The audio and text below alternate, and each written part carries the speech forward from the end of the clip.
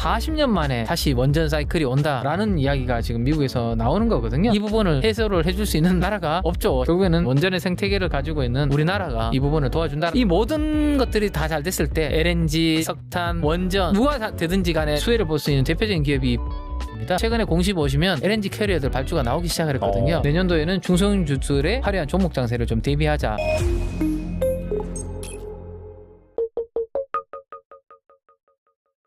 주식, 암호화폐, ETF까지 원픽 리포트. 이번에 원전 좀 알아보겠는데, 원전과 전력주는 AI 거품 논란 속에서도 이 데이터 센터 전력 수요와 미국의 정책 지원, 실제 수주가 확대가 이어지면서 다시 주목을 받고 있는데, 특히 최근에 이 두산 에너빌리티 같은 경우에는 미국 빅테크랑 데이터 센터형 가스터빈을 추가로 이제 수주하기로 하면서 주목을 받았습니다. 원전주 어떻게 보시나요? 네, 원전주는 여전히 좋게 보고 있습니다. 그 샌프란시스코였나요? 그 정전이 일어나가지고 맞아요. 네, 변압기 화재이긴 하나 어쨌든 정전이 일어나니까 자율주행이 완전히 멈추는 그러한 부분들. 그래서 교통이 웨이모가 멈추면서 교통 체증이 막 발생하는 그런 부분들을 봤습니다. 우리가 물론 뭐 화재 사고이긴 하나.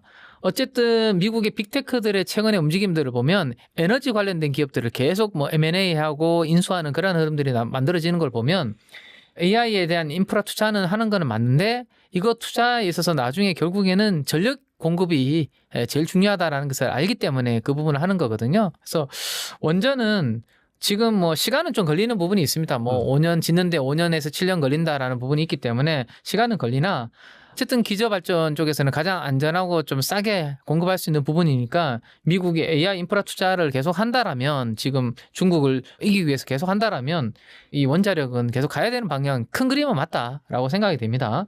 다만 최근에 약간 주춤했던 부분을 중심으로 이야기를 좀 드려보면 트럼프 미국 행정부는 어쨌든 인공지능 데이터 센터 확산에 따른 전력난 해소하기 위해서는 계속 뭐 전력 수요는 있을 수밖에 없다라는 것은 천명을 했고 그래서 대형 원전 쪽 계속 8기 정도 지어야 된다라는 이야기를 최근에도 계속 이야기를 하고 이 부분을 시작한다라는 이야기까지 나왔습니다. 그래서 지금 한 40년 만에 다시 원전 사이클이 온다라는 이야기가 지금 미국에서 나오는 거거든요. 요 40년 동안 그러면 공백이 있었던 이유는 뭐 크게 두 가지 정도가 있는데 첫 번째는 중간중간에 원전에서 사고가 좀 있었죠. 네, 사고 나면 사실은 일단 불안하잖아요. 그렇죠. 불안하니까 이제 여론 자체가 야 원전 짓지 말자 이런 부분들이 있고 두 번째는 이제 금융입니다. 금융. 일단 원전은 대규모 자본이 투입되는 부분인데 이게 돈을 어떻게 조달해 올 것인지 그다음에 이 비용을 어떻게 컨트롤할 것인지 이런 부분들이 잘 안 돼 있으면 설득을 할 수가 없습니다. 돈을 조달 파이낸싱 하는 데 있어서. 지금 왼쪽이 프랑스가 원전 지을 때 비용 컨트롤하는 거고요. 오른쪽이 미국인데 프랑스는 보면 뭔가 선 중심에서 크게 벗어나지 않고 안정적인 흐름을 보이고 있는데 미국은 보면 왔다 갔다 되고 있죠. 과거에 원전 지을 때 표준 모델이 없어서 어떤 주마다 각자 다른 모델을 짓다 보니까 들쑥날쑥 하는 거죠. 우리가 왜 조선 이야기를 들여보면 LNG 선을 만약에 우리가 뭐 한 10척을 수주받았어요. 근데 첫 번째 LNG 선을 이제 건조하는 데는 한 3년이 걸렸고 3천억이 들었는데 몇 번 지어보니까 2.5년으로 줄어들고 비용도 한 2,700억 정도 비용도 줄어들고 자꾸 하니까 뭔가 숙련이 되는 거죠. 학습 효과도 생기고. 근데 원전도 마찬가지라고 합니다. 프랑스는 표준 모델 하나를 계속해서 하다 보니까 그런 부분들이 가능했는데 미국은 그렇지 않다 보니까 들쑥날쑥하면서 비용 컨트롤이 안 된 그런 부분들이 있었다라고 하네요. 그래서 앞으로도 이 부분을 해소를 좀 해줘야 믿음을 좀 줘야 돈들이 좀 들어올 수 있다라는 이야기들을 하고 있습니다. 그래서 지금 40년 동안 안 지었으니까 이 부분을 해소를 해줄 수 있는 나라가 없죠. 자기 자체적으로는. 결국에는 이 밸류체인 원전의 생태계를 가지고 있는 우리나라가 이 부분을 도와준다라는 것은 이미 뭐 원래 상반기 내내 이제 나왔던 이야기고요. 결국에는 이 밸류체인이 있는 건 아는데 결국에는 그러면 언제부터 움직이냐. 착공이 들어가야. 착공이 진짜 이제 최근에 이제 약간씩 그런 이야기들이 좀 나오기 시작하는데 본격적으로 돈 집행을 한다고 하고 삽을 뜨는 움직임이 나오면 비로소 이제 말로만 하는 게 아니라 상반기에는 뉴스와 말로만 움직였던 스토리였고요. 진짜 이제는 착공하는 건 삽을 뜨는 거잖아요.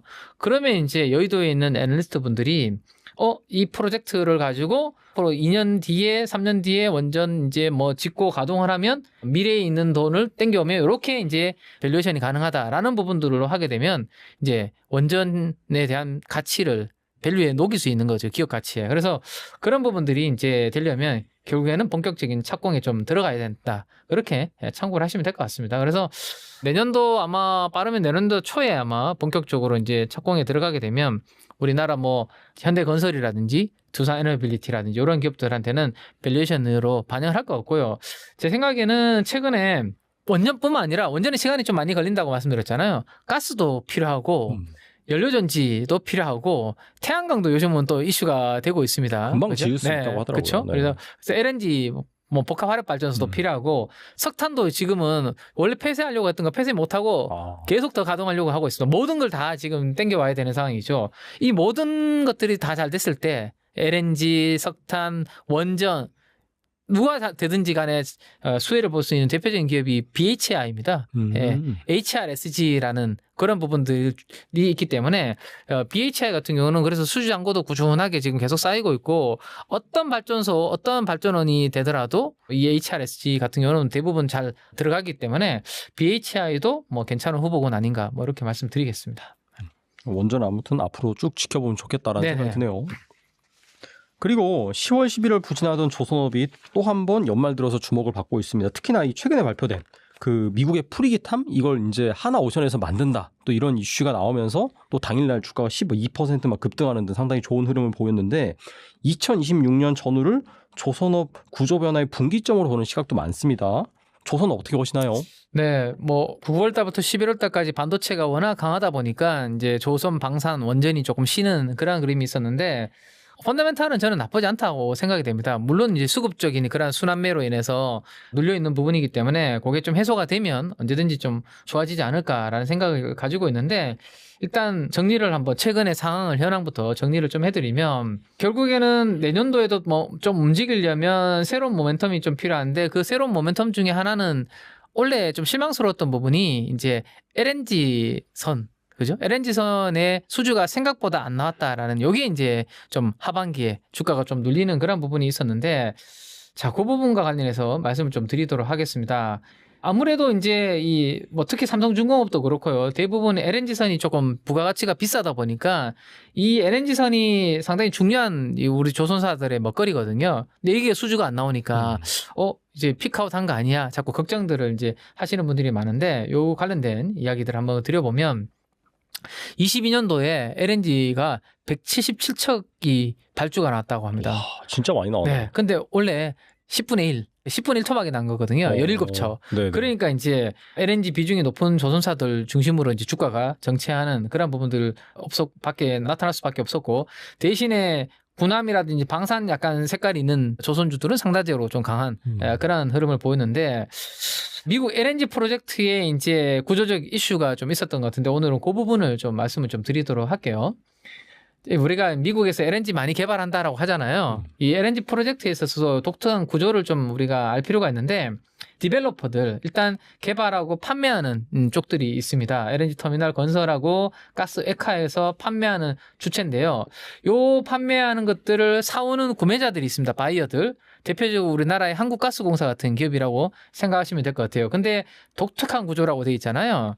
요거 좀 뭐냐면 혹시 LNG 운송에 있어서 문제가 생겼을 때 그 책임이 어디에 있냐면 이 구매자들한테 있습니다. 그러니까 우리가 사회자님께서 저한테 이제 택배 뭐 보낼 일이 있어서 보내시잖아요. 근데 그 착불로 보냈을 때 제가 돈 내는 거잖아요. 착불로 보내면 마찬가지로 이 LNG 이제 운송하는 데 있어서 문제가 생기면 이 구매자들이 그 벌금을 내고 뭐 수수료를 다 내는 그런 구조로 돼 있다라는 것을 일단 참고로 알아두시면 좋을 것 같고 구매자들은 어쨌든 LNG를 운송을 하려면 배를 사와야 되겠죠? 네, 배를 사와야 되는데 요 선사들 직접 발주를 내는 주체들은 선사들이다. 우리나라 뭐 현대글로비스, 페노션 같은 이런 기업들이 대표적인 선사들이잖아요. 그래서 요렇게 이제 돼 있는데 구매자가 선사들한테 앞으로 우리 LNG 20년 동안 물량 줄 거니까 너희들이 발주 좀 해줘. 요렇게 이제 되는데 그 관행이 최근에 깨진 이슈가 있었습니다. 왜 깨졌냐면 선사들이 배를 만들어가지고 뭐 이렇게 운행을 하다 보니까 돈이 4%도 안 되는 거예요. 수익률이. 네. 이게 적어도 한 8%, 10% 정도는 돼야지 발주를 내는데 타겟이 8%인데 4%도 안 되니까 선사들이 굳이 배를 발주를 안 하려고 하는 그런 흐름들이 만들어지는 거죠. 그래서 일은 해도 돈을 못 버니까 발주를 포기하는 그런 흐름들이 만들어졌는데 그 흐름에 있어서 서서히 변화를 만들어줄 이슈가 좀 만들어졌습니다. 아까 제가 왜 디벨로퍼 있다라고 말씀드렸잖아요. 그 디벨로퍼하고 BP 같은 이 구매자하고 소송이 붙었습니다. 소송에서 이 디벨로퍼가 패소를 했습니다. 무슨 이슈가 있었냐면 이 상업 운전 개시를 안 하고 이 디벨로퍼가 계속 그 스팟 가격으로 몰래 자꾸 이제 가스를 파는 그런 흐름들이 자꾸 있다 보니까 BP가 소송을 딱 걸어버린 거죠. 근데 BP가 소송에서 이겨버렸습니다. 그러다 보니까 이제는 이제 개발하는 업체들이 이 지연을 시킬 수가 없고 바로바로 이제 구매자들한테 팔 수밖에 없는 그런 환경이 좀 고의적인 지연이 불가능해지는 네네. 그런 환경이 좀 만들어졌다라고 보시면 될 것 같아요. 이 상업운전 개시라는 것은 우리 아파트 분양하면 입주 딱 이제 지금부터 시작한다. 뭐 그렇게 이해하시는 것과 비슷하게 보시면 될 것 같아요. 그래서 이 판결이 나기 전까지는 배가 없으니까 이제 우리 구매자들 한국가스공사 입장에서는 배도 없으니까 뭐 나중에 그냥 배 발주하지 뭐 이렇게 생각을 하고 계속 이제 버텨왔는데 이제는 판결이 난 이후에는 이제는 그 판매하는 업체들이 계속 이제 가스를 팔아야 되잖아요. 구매를 하기로 했고 그러면 운송을 제대로 안 하면 한국가스공사 같은 구매자들이 다 이거를 이제 물어야 된다라는 거죠. 그러면 빨리 이제 배를 구해가지고 이거 운송을 날아야 구매자들이 괜찮다라는 거죠. 그래서 배가 없으면 페널티 폭탄이 만들어지니까 빨리 배를 발주할 수밖에 없는 그런 마음이 급해지는 환경이 만들어졌다. 그러니까 선사들이 안 움직이니까 운임을 더 쳐줄게. 뭐 어떤 구간에서는 10배나 더 운임이 올라갔다라고 합니다. 그러니까 운임이 올라가니까 이제 선사들도 그러면 이제 배를 발주해 볼까 이렇게 해서 서서히 최근에 이제 LNG 발주가 최근에 공시 보시면 LNG 캐리어들 발주가 나오기 시작을 했거든요. 요 부분이 좋아지면서 12월 달 들어와서 LNG 선의 발주들이 지금 서서히 좀 다시 나오기 시작했다라고 그렇게 보시면 될 것 같습니다. 근데도 2027년도까지 그 LNG 실어 나르는 데 있어서 배는 240척 정도가 필요하다라고 하는데 지금 조선소의 슬롯은 지금 200척밖에 안 된다고 합니다. 그럼 여전히 타이트한 거잖아요. 그렇죠. 그리고 최근에 공시 나오는 것들 보면 2029년도 인도 막 이렇게 나오거든요. 그 2029년도도 지금 슬롯이 거의 차고 있는 그런 환경입니다. 그래서 공급이 수요를 따라가지 못하는 초과 지금 수요 구간으로 여전히 만들어지고 있다라고 보시면 될 것 같아요. 그래서 조선사들은 최근에 주가가 좀 눌려 있지만 제가 봤을 때는 나쁘지 않다. 이렇게 좀 말씀드릴 수 있을 것 같고요. 그 다음에 이제 조선 기자재 쪽 하나를 본다라면 저는 STX 엔진 한번 보시는 거 어떨까라는 생각을 좀 하고 있습니다.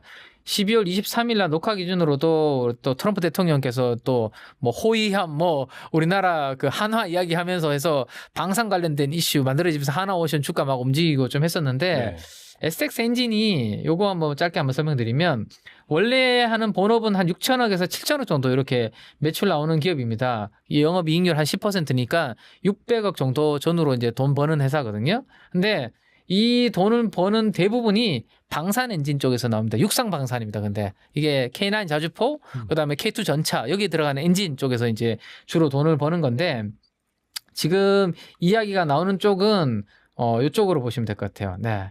해상 쪽입니다. 해상. 네. 이게 MTU 엔진이라는 건데 독일 기술 기반으로 만들어진 지금은 로스로이스라는 쪽에서 이 엔진 브랜드를 가지고 있는데 주로 구축함과 호위함 같은 이런 쪽으로 군함에 들어가는 엔진이거든요. 근데 이거를 우리 STX 엔진이 유일하게 독점을 구조로 가지고 있습니다. 30년 이상 노하우 가지고 있는 이 독점 구조를 가지고 있기 때문에 현대중공업이 뭐 군함을 수주받든 하나오션이 받든 누가 받든지 간에 결국에는 STX 엔진을 통해서 저 엔진을 이제 군함에 들어가는 엔진을 만들어야 된다라는 부분 때문에 앞으로 이제는 육상 쪽에서의 돈을 좀 벌었다면 2027년, 2028년도로 갈 때는 이제 해상 쪽에서 저 숫자가 이제 붙는 그런 부분들이 있다. 그래서 예상 매출액이 한 6조 원 정도 해상 쪽에서 지금 나올 것으로 지금 기대를 하고 있거든요. 우리가 군함 쪽에서. 그러면 뭐 한 10% 정도, 6천억 정도 거기에서 매출 나온다고 보고 영업이익률 한 10% 잡으면 거기서도 한 600억 정도 나오는 거거든요.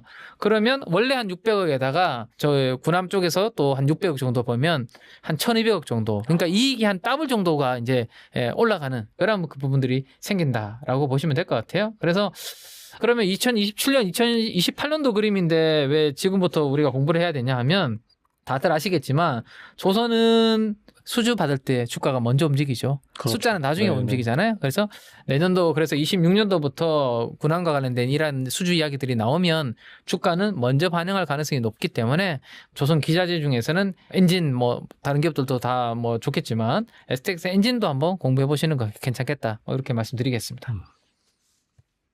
좋은 투자 아이디어 많이 말씀해 주셨는데 이 밖에 주목할 만한 투자 아이디어 있을까요? 네, 바이오 쪽 한 가지만 짧게 하나 말씀드리도록 하겠습니다.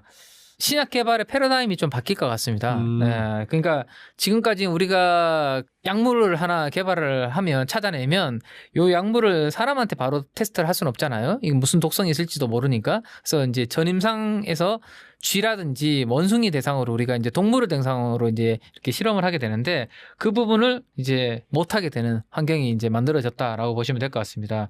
그 이유 중에 하나가 아무리 동물 실험을 이렇게 했지만 막상 통과를 해서 인간한테 갔더니 95%가 인체 임상에서 다 실패하더라는 거죠. 다르구나 확실히. 네. 네. 해봤자 이게 다르다라는 거죠. 네.